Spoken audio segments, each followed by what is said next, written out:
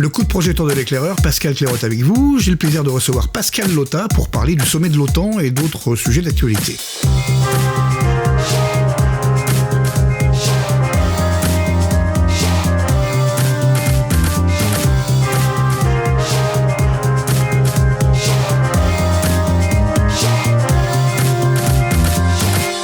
Pascal Lottaz est professeur de relations internationales à l'université de Kyoto au Japon. Il est également l'animateur du groupe de réflexion Neutrality Studies, dont je vous conseille l'excellente chaîne YouTube. Nous allons parler aujourd'hui du sommet de l'Otan qui s'est déroulé la semaine dernière et puis, actualité oblige, de la tentative d'assassinat sur Donald Trump. Pascal Lottaz, thank you so much for taking time to speak with us again. The purpose of this interview, or the topic of this interview, I should rather say, will be NATO and the Asian perspective on the Atlantic Alliance, increased involvement in the region, but there's no way we can escape the news.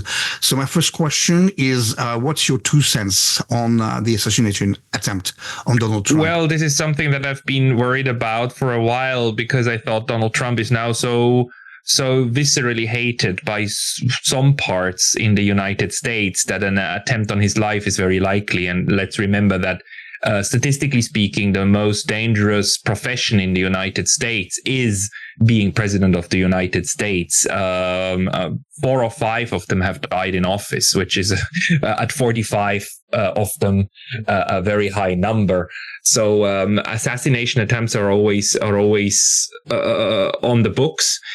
I think that what we have seen is probably the doing of just somebody who really hated Mr. Trump, and probably not a coordinated assassination attempt by the elites or whoever would hate him very much. Sorry to interrupt, but what makes you think that it was not a coordinated assassination attempt? A 20-year-old shooter on a building that was then shot within 40 seconds of doing this, plus the reaction that's coming from the establishment, which is basically, now supporting Trump in as far as they have to, right, in order to say like political violence is not fine. Maybe there was more. We don't know. Maybe there was some coordination, but sorry to interrupt again, but most security experts think that either it is a case of blatant incompetence of the Secret Service or some form of accessory, some form of complicity. Well, at this point, it could be either. It can be either of the two, but the point is that he's so thoroughly hated that I wouldn't be surprised if there were people who would want to do attempts on his life. And like if this guy had been going to several of these occasions and just waiting for a chance. And there are so many rallies and so many places where Mr. Trump also speaks that I do think the chances that at some point you find a moment when you can grab a chance is there. So, but it could have been a coordinated attempt. Yes. Just it doesn't even matter very much at this point, because the what matters is that the guy missed. Mr. Trump lived, which is now going to increase his chances of winning this election big time. And it also shows us that Mr. Trump, even if this was a coordinated attempt, that for public perception, he still is part of the protected elite that says to each other that attempts on your lives is not fine. I mean, let's just remember that we are talking at a time when there's a genocide going on in Gaza, and when the United States decided to send even more bombs over there. So we have these clear categories of people in the international system that says like, okay, political violence is never fine against this kind of people, but it is okay against the other kind of people. That's what I'm taking away from that the elites at the end of the day in the United States, Mr. Trump is still part of that, and at least rhetorically, all of them pledge their allegiance to each other in terms of whose lives are really valuable. So what you're saying is that the perception of what happened in the rest of the world is not the same as in the West? We don't know what this assassination was at this point. The only thing that we can say cogently about it, I think, is what the reaction to it teaches us about how the U.S. System views itself, or people within the system view themselves. We are not at the point where Nancy Pelosi and Joe Biden would say, "Too bad he missed." Right? We are at the point where these actors are forced to say, like, we are not fine with assassination attempts of our enemies. Well, some people, especially within the tiny circle of Democrat mega donors, have been saying things which are pretty similar to that. Yes, and it's getting worse. I mean, if this continues, and if there's the moment when they openly say we should just shoot the other one, then we're just like one stone throw away from a civil war. Joe Biden reportedly stated a couple of weeks ago that Donald Trump needed to be put in the bullseye. They did, and the question is, how figuratively did he mean that? But it is highly violent.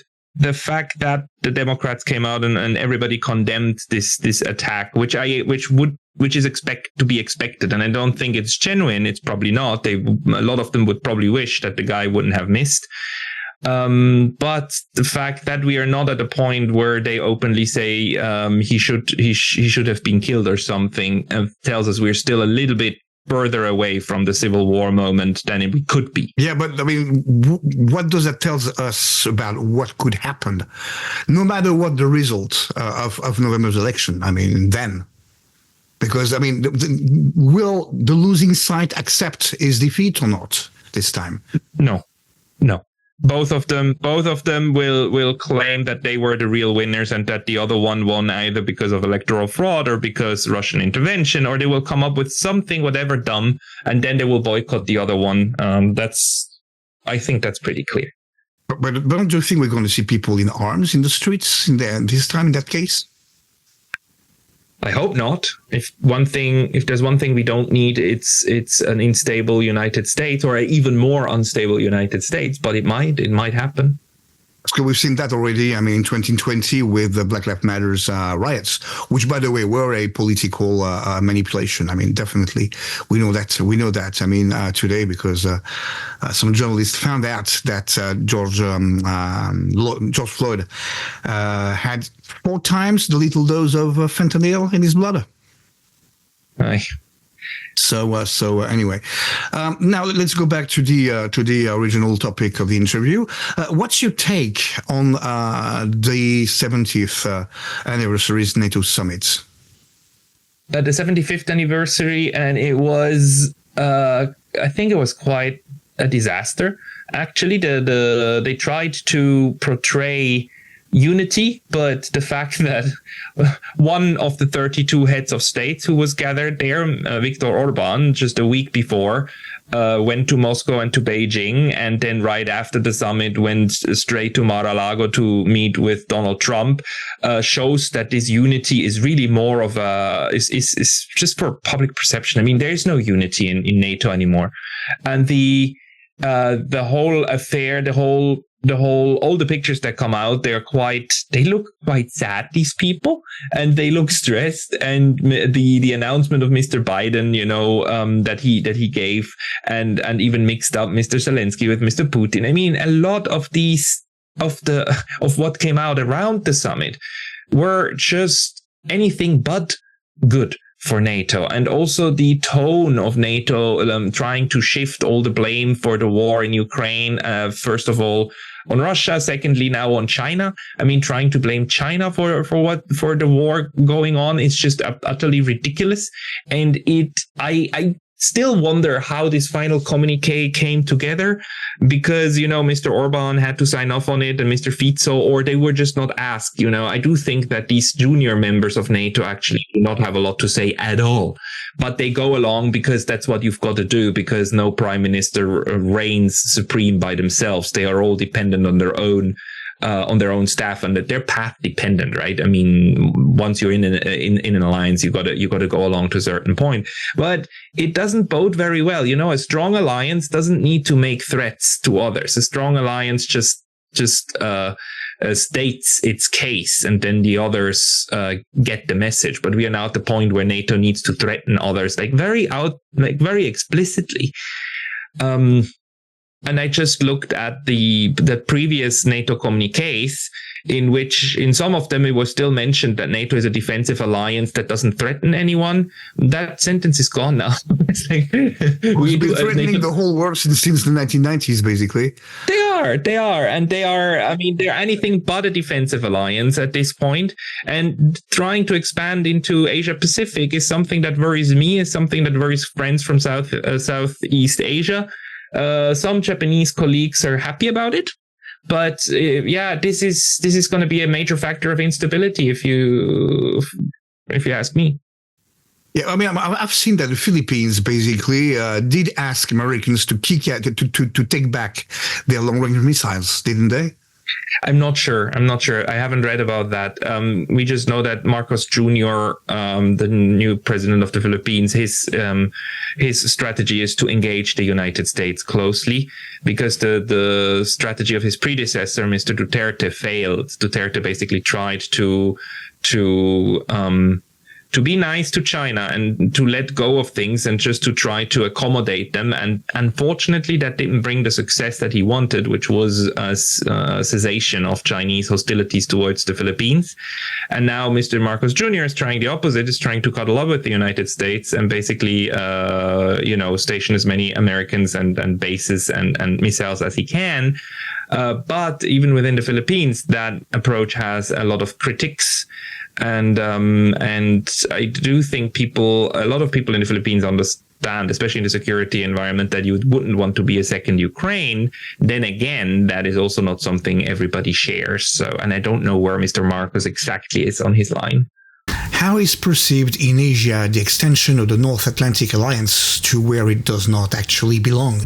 So in Southeast Asia, in the Southeast Asian, in the ASEAN countries, except for the Philippines, I would say NATO expansion into the Pacific and the United States, aggressive military rhetoric in the Pacific is perceived rather negatively and is perceived as a problem, especially for Indonesia, which is very worried about its archipelagos, which are very hard to defend in case of a US-Chinese war. The Singaporeans, they don't say very much about it, but I know that also the Malaysians are also worried very much. For Japan and South Korea, it's a very different issue. Both of them have very concrete security threats, mainly from North Korea, and both of them are also worried about China, although China is the lesser problem to both of them, because it's easier to engage with China. And both of them are able to engage with China on the highest diplomatic and political levels. I mean, they just had a summit meeting, a trilateral one, China, South Korea, and Japan, and they managed to issue an 18-page document of like common goals and aspirations. So, with China, they're able to manage, but North Korea is like a loose gun. They just don't know where it's going to go. And North Korea makes a point of threatening others.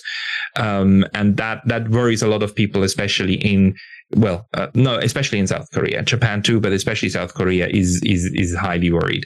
On the other hand, South Korea is a very strong military nation, even more so than Japan, or at least on the same level. So both of them also pose a threat to North Korea, which just makes for an explosive kind of situation. But at the moment, things are stable. Now, I am worried that if they build up more cooperation with NATO and have like common joint drills, including the British and the Germans and the French and so on in the Pacific, that's just gonna make a bigger mess out of things. The current drills that they have with the Americans are very well established and in a sense rehearsed, and the North Koreans, I'm pretty sure, know how to interpret those, and the Chinese too. But if NATO comes in, I'm not sure if on the operational level, the Chinese and the North Koreans will still know how to interpret these common joint drills or maneuvers. Yes, I'm going to be a bit of a devil's advocate now.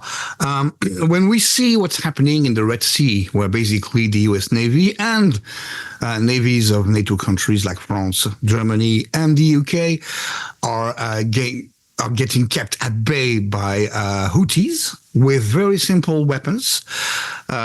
Is it realistic to really to plan any form of intervention in Asia for both the US and NATO? keeping in mind that very few very few countries, will come on board. I mean, at the exception of Japan and South Korea, and which is not even sure.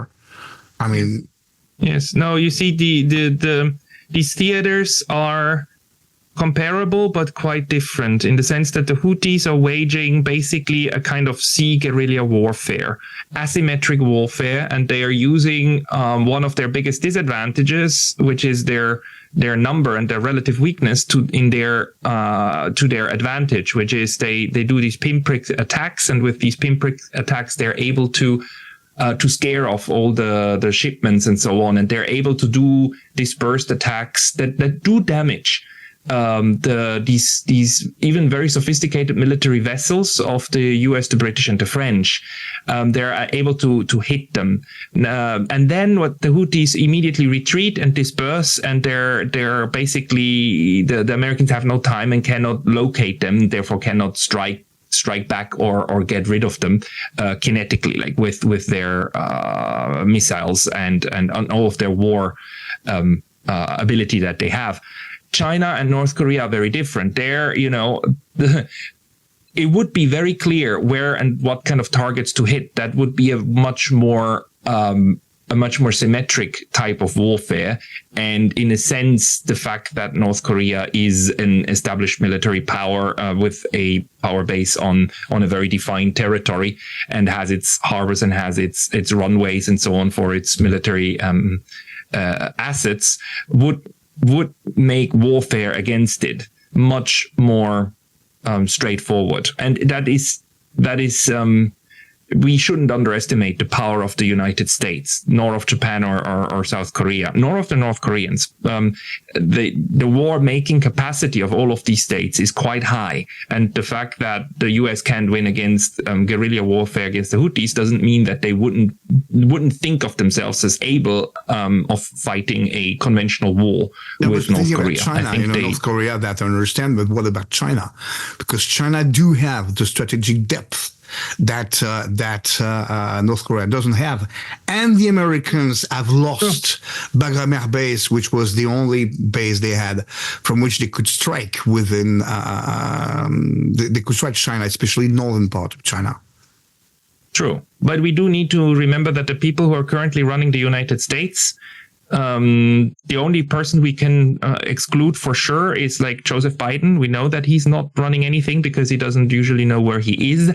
So we know he doesn't, but the people who do behind the scenes and behind the ones also who have a lot of clout within Washington are these neoconservatives. The Victoria Nulands, the Anthony Blinkens, the Kagans, and so on. And these people, they have a religious belief into the power of the United States and the U.S. Ability to do anything with military force. So these people who are part of the decision-making group, I do think will horribly overestimate. They always do. They always overestimate the abilities of the United States military and Navy and Air Force. We've seen it in Afghanistan. We've seen it in Syria. We've seen it in Libya. But all of these places, they were still able to bomb and to cause horrible destruction, right? But so I do not think that the US that the US decision makers will suddenly say like, oh no, we probably don't have a capacity to take on China. There is people who believe the US can do anything, and they will push the button that might start warfare. Won't these people be gone next November? No. The thing is, they belong to both parties. Victoria Nuland, she was there under Bush. She was there under Obama. She's there again under Biden. She started under the Democrats. She started under Clinton. These are warmongers, and these warmongers are in the administration of the United States, and they're part of the military-industrial complex. And that it's not just a few people; it's a whole network, a group of people that views the world in a certain way, and they view it mainly through U.S. power and U.S. interest to remain in power, and they will remain whoever is there. The question is whether, let's say, well, if the Democrats stay in power, if Mr. Biden stays in power, nothing will change. That's for sure. If Mr. President Trump comes back and he learned something from his previous mistake, which was to nominate Mike Pompeo, one of the greatest neocons in the world, as his foreign secretary. If he learned something out of that experience and doesn't appoint these people and appoints anti-colonialists or anti-globalists into his cabinet, then we have a chance that the United States, that the top level might be able to restrain the lower level. But even under such circumstances, these political leaders will be dependent upon the know-how and the abilities of their subordinates who are from the permanent state, from the administration. And I'm not sure. I mean, maybe the political head would probably be able to stop the worst, as in, this constant drumbeat for a war with China. But even just a few people who still want to go that route might be enough to not change course. Neocons can cause havoc when they are political appointees. So if they're not politically appointed, well, problem solved, isn't it? Yeah, but you need to keep in mind that they not only need to be appointed, but the top positions, they also need to be signed off by Congress, and Congress ain't going to change. This is going to be the same. So even Mr. Trump will have the problem that we will have to choose somebody who Congress will say yes to. So he cannot appoint the most ardent anti-globalist voices, because then his own party will just say no in Congress to appointing them. So the system kind of forces a certain amount of uniformity to current beliefs. Okay, so we're not out of the not out. No, because it's a system, it's a whole system in place. And yes, Mr. Trump might upset the system to a certain point, but it can't change the course of the ship like 180 degrees. He can at maximum kind of adjust the course a bit. But astonishingly enough, I mean, the Pentagon seems to be the most reluctant part of the administration, the less warmongering part of the administration. Because they're the ones who have to fight it. The Pentagon is the Department of Defense, is the agency that has all of the 5 branches of U.S. military service under them.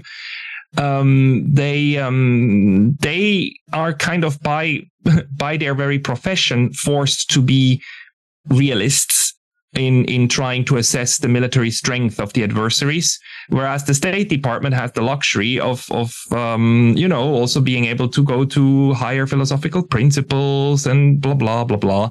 The Pentagon can't do that. They need to actually try to accurately assess the military strength and capabilities of the others as possible. And that's, to me, the explanation why military people are often more restrained than, not all of them. There's always exceptions, and often you find the exceptions in top positions, like Petraeus and so on. But on the lower level, you often find people who have a healthy skepticism towards their own abilities, because they know their own club from the inside. Mm-hmm. Now, what happened to Trump 2 days ago? Will it give him a license to purge what needs to be purged from federal government? No, only if it came out that this was a set-up assassination attempt with involvement of state agencies, and that it was even commanded by somebody higher up. If that was the case, then he would have a very strong case to make to purge people. But if it should turn out that it actually was a lone gunman, then that wouldn't give him anything except for the boost to the vote, because now he has the nimbus of having survived an assassination attempt, and he even bumped his fist and he created this great Hollywood movie moment that is going to be very conductive for him. But if it should come out that it was a political assassination attempt with state agencies, if he is elected, Donald Trump has the power to collectively lay off federal civil servants, doesn't he?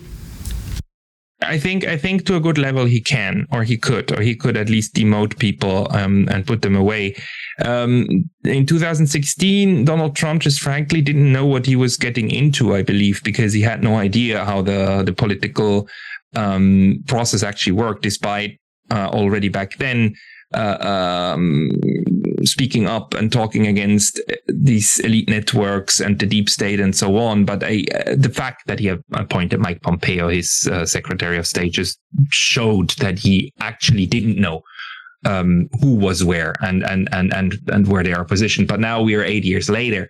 So maybe by now he has a much better sense of this, and he would maybe do some purges in some areas. But even there, you know, as you correctly said, let's say Undersecretary of State, I'm not sure how far you can purge them. You could probably just demote them to a certain level and try to park them somewhere. Political appointees, basically, just I mean, Undersecretary of State's assistant Undersecretary of State. I mean, the number of political appointees in the federal government is quite large in the U.S., so there is a lot to be done. Yes, I don't know how far they are protected by U.S. labor law because they are hired. They're not political appointees. You're not protected. You can just be. Yeah, but there are people who are permanently hired into the State Department, and that are then politically appointed into certain positions. So, okay, do you think NATO still has a future, or do you think that it should just be dismantled and something else put into place? So the best argument I've heard, and the only one that sounds reasonable to me against dismantling NATO, came from John Mearsheimer, who said, if you take away NATO, you would immediately create a security vacuum in Europe, and the Europeans would try to fill it as far as they can. Of course, probably through the EU, and that is something that maybe even Russia wouldn't want to see. In a sense, even to the Russians, the presence of the United States on the continent also has its upsides, in the sense that you wouldn't have to fear that suddenly Germany is pulling again in another 1930s and starts massive rearmament that you could only stop through military intervention, or that the French go banana. The US always had the U.S. had a restraining role to play as well. But I say this is the biggest argument that I've heard. I personally would rather see NATO dismantled, because I do think it is a very, very dangerous organization that by now has managed to transform much of Europe into satellite states of the US, and that should not be the case. I'm giving you the argument by Mearsheimer, which does have some validity in my eyes. Okay, because that's also very American-centered. I mean, he is a former U.S. Army officer, after all. He is. But, you know, and because the point is valid. If the United States withdraws from NATO, and NATO basically, as we know it today, collapses, and then maybe they use the NATO headquarters for something else, or they try to use the structure in a different way, which is usually what happens when these institutions collapse. Just like, you know, when the League of Nations collapsed, it became the kernel for the next international organization, which is the United Nations. So if NATO collapses, maybe its shell will become the next thing, and it could then be a European Defense Union, European army in one way or another. But that might then also be dangerous. Clearly, when we see clearly that a bunch of neocons will also have a DEC. What do you think of Kaja Kallas' nomination as the head of European diplomacy? Well, if there is any European diplomacy, you know, it's a joke. I mean, I must congratulate the European Union for managing to get the worst diplomat on earth to represent them as top diplomat, or like the worst diplomat in the European Union. I mean, Kaja Kallas is the one who said all of these outrageous things about breaking up Russia, and is the most anti-Russian, one of the most anti-Russian voices in the European Union, and making her the foreign policy chief is just sends a very, very clear signal to Russia, and that at a moment when it should be your first priority to figure out a way to dial down this conflict and not shut the door on any kind of conversation as loud as possible. So I think, I don't know. I mean, the European Union to me is an absolute mess at the moment, and in a catastrophic downward spiral. Maybe not as bad as NATO, but diplomatically, absolutely horrible. Don't you think this is the result of American interference, which has been systematically using smaller countries pretty insignificant in military terms, like the Baltics, Sweden, Finland, Denmark, to keep at bay major European powers like Germany, France, Italy, Spain? Yes, I am pretty sure that back in 2003, when the NATO alliance was not behind the US in order to go into Iraq, a lot of people started doing whatever they could in order to prevent that from happening again, and they were very, very successful. The way that the US was able to bind its European allies to itself through NATO is fantastic, and we already saw that back in 2008 when extending this giving the promise of future integration of Ukraine and Georgia into NATO was done by the George W. Bush administration against the wishes of the Germans and the French, and I believe even the British. With Victoria Nuland as the ambassador to NATO. Yes, and they. But this was in the end. It was Bush who said, "I want this," and made Merkel, and I believe it was Hollande back then, shut up and say like, "Okay, fine." And this was disastrous, of course. It was absolutely disastrous. And back then, a few people at least still voiced criticism and not being willing to go along. And the Germans, for the longest time, had their Nord Stream project, and Angela Merkel defended that. And by now, all of that is gone. All of that opposition to the US position is gone. And we do see how people from smaller countries, the more obedient they are to this neocon position of the US establishment, the higher up they can go. I mean, now we have, Estonian prime minister. She's prime minister of what Estonia has, like, 3-4 million inhabitants? No, 1.4 million inhabitants. Sorry. Thank you. 1.4. And she's now the foreign policy chief. I mean, this is how far you can go. This is how far you can go. So this is a way. The mayor of Tokyo here has to care for way more people than that person, and this person is now elevated to being the foreign the face of the foreign policy of the whole of the European Union. Yeah, mayor of Paris too. I mean, so this is a great way forward. And look at what Mr. Stoltenberg did, coming from Norway. A good country, but Well, he's another story. I mean, he's also the son of his father. I mean, Sure. That's very Norwegian. The father, he was exactly like his son. Well, I would say the son is exactly like his father.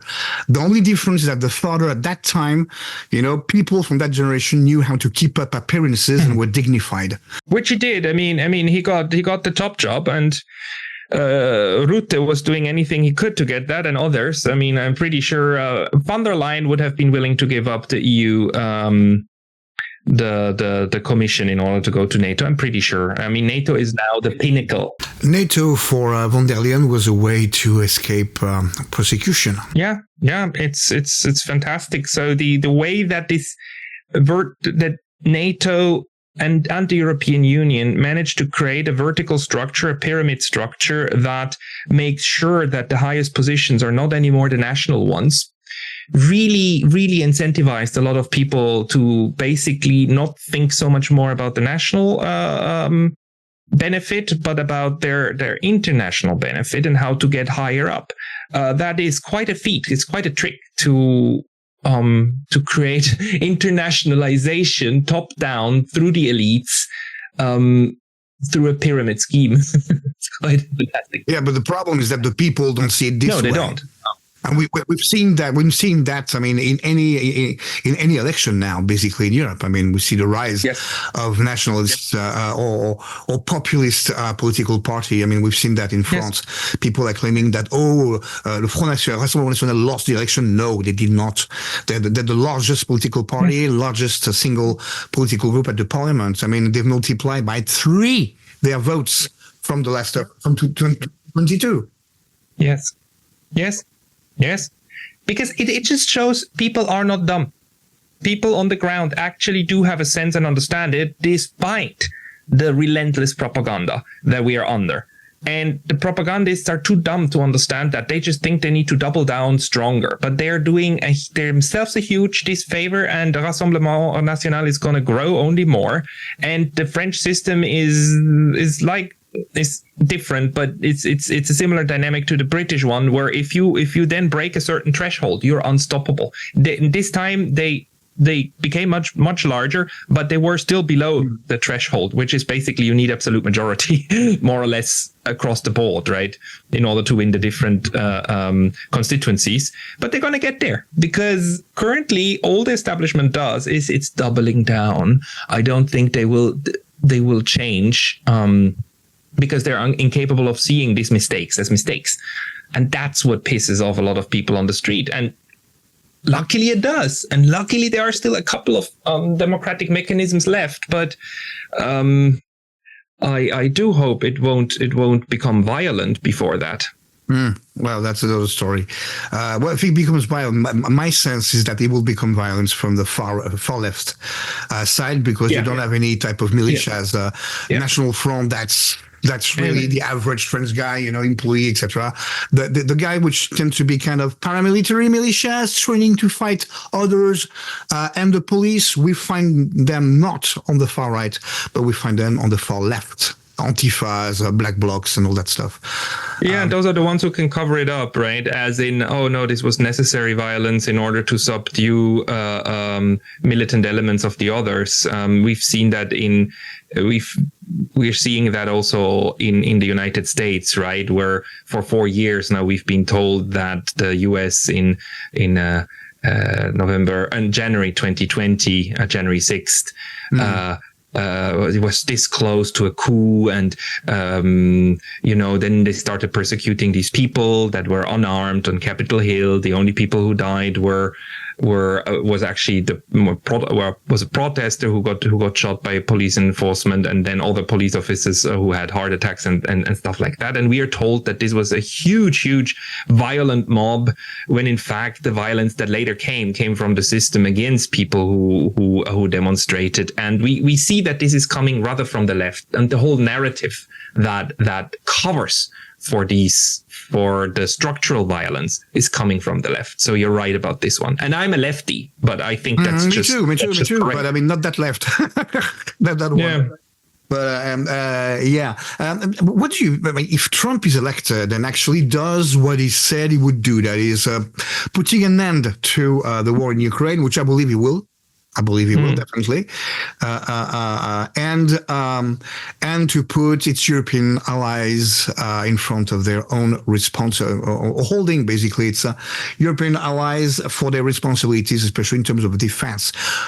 What do you think will be the consequences? Do you think that people like von der Leyen, Kallas, all these guys may remain in place? I think they will. They're pretty much an encrusted elite, right? They're pretty firm in the saddle, because although we've had the EU Parliament elections recently, those elections do not necessarily influence the Commission and the other institutions of the European Union. The institutions of the European Union are mostly influenced by local elections. So if in the local elections in next time in France, next time in the other EU member states, if then big shifts happen, that would unseat the people in the top positions in the EU. But Mr. Trump, no, I mean, that would just cause panic in the EU, but they're already starting to prepare for that. So, Pascal Lottaz, thank you very much.